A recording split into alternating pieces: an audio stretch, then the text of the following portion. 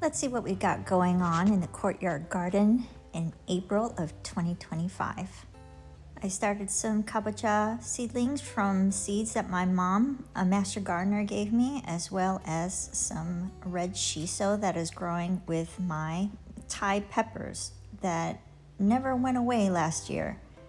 They just came back with vigor, they self-propagated, and I've just been trying to pull them out and repot them into small containers. These are 3-inch seedling containers from Home Depot.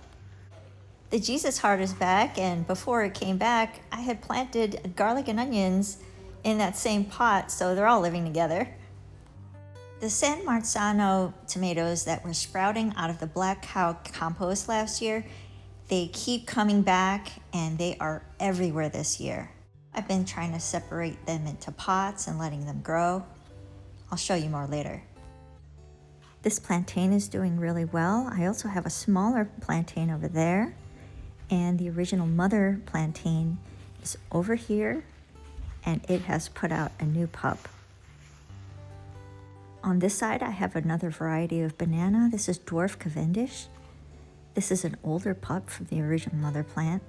It's doing pretty well, but this is a newer pup that I planted kind of close to where the original mother used to be. Now this older pup seems to have something going on, like maybe it's pregnant, it's split at the bottom, it's getting fat, and it put out another pup. I just can't have enough of these. Back to those San Marzano tomatoes. This plant is pretty big. I've been seeing little plant seedlings popping up in various parts of the garden, places where I don't remember putting down black cow compost, but there they are. So I try to separate the clumps and put them in neat lines, or separate them into little pots to give away or sell. And I have it here under the shade. This is a piece of taro that my friend Joel gave me, and it died back last year, but it came back better this year. And of course there's tomatoes with it. I mean, I've got them growing out of the sand somehow.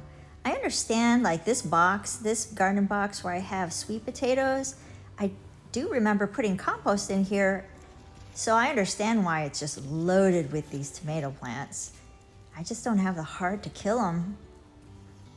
Here are a couple prickly pear cactus pads that I got from my friend Lisa, and it started rooting and growing. They're rooted so well that I can't look under them anymore, and yep, more tomatoes. A bunch of tomatoes had sprouted in this garden box, which is fine. I just arranged them a little bit more neatly. I've got some peppers in there as well. And these tomatoes are all at different stages. The avocado tree is done flowering, and unfortunately again, I didn't get any fruit set, and it's shedding its old leaves. I need to get it in the ground. The old leaves are just thrown in the compost. This is a mystery berry that grew from a seed, and I think it's a blackberry. So this is its second year, and it only put out 2 fruit, but hopefully next year will be better. I want to show you my bonsai papaya. I had hacked this tree down. It was a couple years old, and it just got attacked by whitefly, and now that I hacked it, the trunk is pretty thick and it's just bushy on top. In comparison, here's a papaya tree that's about the same age. It's much more skinny, it's tall and lanky and not doing as well. The key lime is putting out flowers and fruit pretty well, but the leaves don't look very healthy. They're not waxy and dark green, and they have something going on underneath. I have to figure that out. The star jasmine, also known as Confederate jasmine, is blooming right now and smells so good. We have it climbing on this new pair of 5-foot trellises that we got from Costco for about 20 bucks. I stopped pinching off the flower buds for my marjoram. I really wanted to see what the flower looked like. Plus I wanted to collect some seeds to see if I can plant them elsewhere in the garden, but it's still thriving and doing real well. I'm still cooking with it all the time. Here's a monstera from the very first video I made on this channel. It's in the darkest corner of the garden and it's doing pretty well. Subscribe for more videos from Zone 9B in Florida. I'm delighted that marigolds are really easy to grow, and I highly recommend them.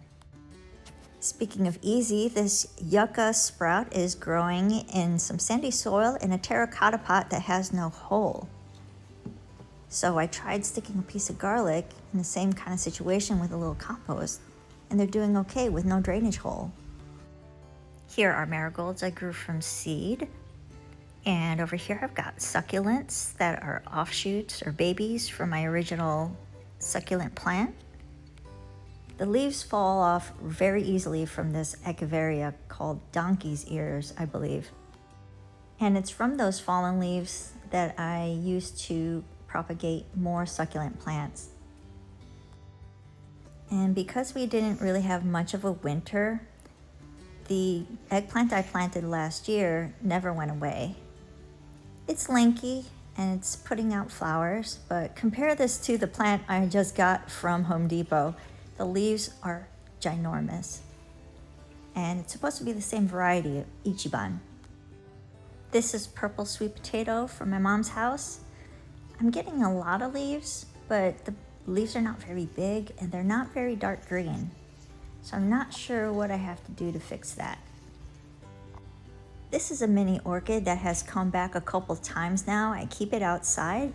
It gets afternoon sun, direct sunlight, which is usually not recommended, but it's doing really well and it put out a ton of flowers. It's just growing in this chunk of log that I hollowed out a little bit, and it's really embedded the roots into the log. Here's a collection of orchids given to me by Alberta, my mother-in-law. They're growing in just a pot full of chunks of wood and bark, all different varieties. They're getting acclimated, and one of them is spiked, but I accidentally snapped off the spike, and I was so devastated until I saw that it kind of rerouted itself and grew another spike out of the area where it snapped. Now, I don't know if it's me or if it's Home Depot or if it's a problem with sunlight or nutrients, but I just cannot get dill to stay alive or to be healthy. And here are more orchids that my husband Tom bought me. They're kept in the shade on this table here. They maybe only get 1 or 2 hours of direct sunlight a day, and they're doing great. And here's a monstera cutting that I keep outside. It's bigger. The leaves are bigger than the original mother plant. And they're just, I mean, look at that. Compared to my hand, it makes my hand look so tiny. And in comparison, here's another cutting from the same mother plant. The leaves are much paler and much smaller. It gets a lot more sunlight. We recently picked up this beautiful hydrangea from Home Depot for about 25 bucks. The flowers were all blue when we got it, and I've been trying to control the color of the flowers by adding wood ash from my solo stove to the soil and to the water I water it with in order to turn it more pink.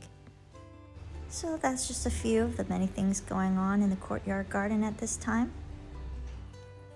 And I'll sign off with my new potting bench that Tom bought me. Thanks for watching.